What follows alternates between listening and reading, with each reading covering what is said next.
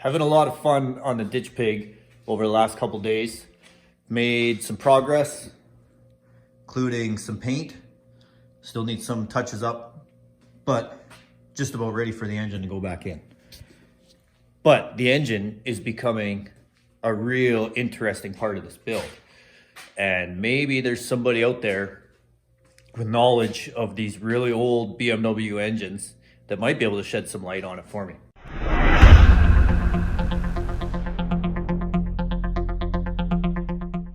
So this is the condition of the engine right now. I've kind of taken a bunch of it apart. All I'm doing at this point is giving it a quick coat of paint, because when we fired it up for the first time in who knows how many years, it ran amazing, flawlessly. And there's not a lot of leaks, so I really don't want to go too far. What I've been trying to figure out, we were under the impression that this engine was out of the donor car, which was a 72 2800 CS. And should have just been a 2-liter, dual carbureted from the factory.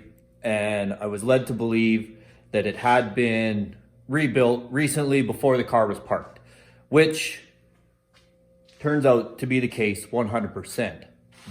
But I had to email BMW's historical department with this VIN number, because this VIN number didn't match the VIN number on the car. And it turns out this engine, as signified here that I just noticed, this block is a 3-liter block out of a 1972 BMW Bavaria. It was originally an automatic car, and it was delivered to Canada in April of 72. That was all the information I could get. So digging in a little bit further, I noticed the cylinder head number and the casting date on the cylinder head. This would prove to be a 1981-ish model cylinder head. They generally, the rule of thumb was this casting date was cast, and they generally have a year before they're put into the vehicle that goes off the production line.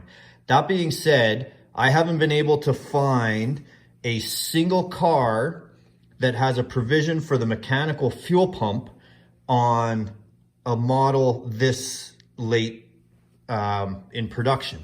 Closest I can find is a 1980 to 81 BMW 525. Apparently those came carbureted, but I don't even know that they exist. No one seems to. There's 530s, there's 528s, and there's in the E12 designation, and there's lots of fuel injected variants, but when it comes to carbureted, I'm not having any luck finding any information on that.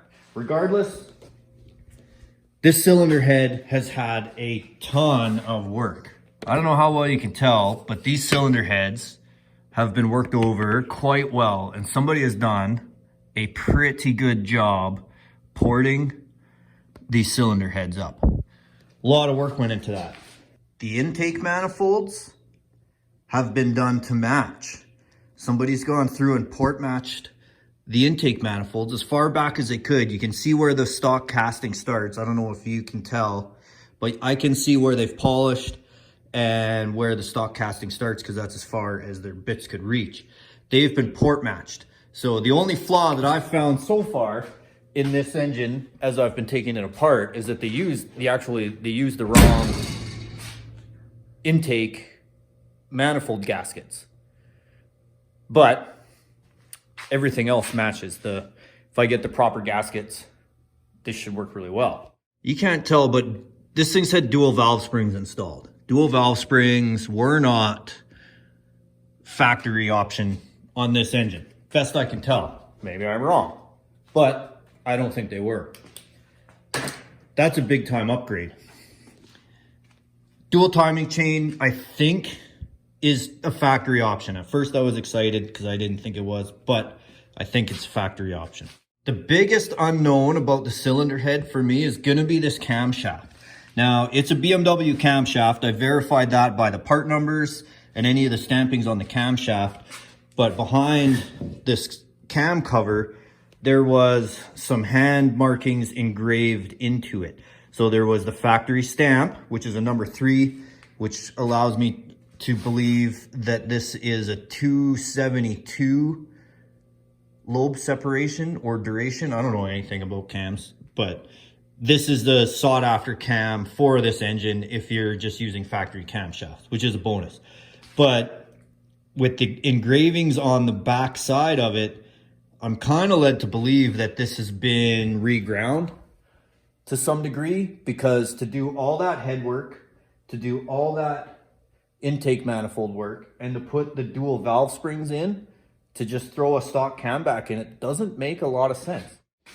So I'm not entirely sure what I have, and without physically pulling the pan off and checking the stroke of the engine, or pulling the head off and checking the stroke in the bore, I really still don't know what size. Right now I'm assuming that this is a 3-liter block with a 2.5 liter head, which should net me around 9, maybe 10-to-1 compression depending on the pistons.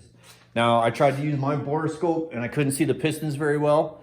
Hoping I can get with a friend of mine this weekend who's got a better one, and maybe we can see if the pistons, if they're a pop-up piston, there's a good chance this is a 10-to-1 engine, which would be pretty gnarly. The only other thing that I found is this casting number on the block. Now, I found a magazine article that states this is a rare block and it's a 3.5 liter block. Now, that doesn't jive with the VIN number and what BMW has led me to believe. So I still don't know what to think about that. But this is really becoming a neat little Easter egg hunt, finding all the neat stuff that's been done to this engine. So I'm not gonna pull it apart any further because it ran really good, it didn't leak, and I don't wanna open that bag of worms. I may pull the pan off, we'll see. Enough RTV will make sure that pan doesn't leak if I pull it off, but we'll see when we get there.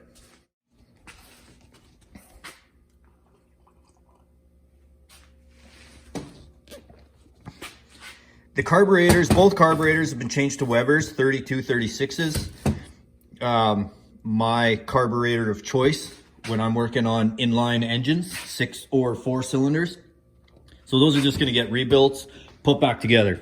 I have no reason to believe they need any adjustment.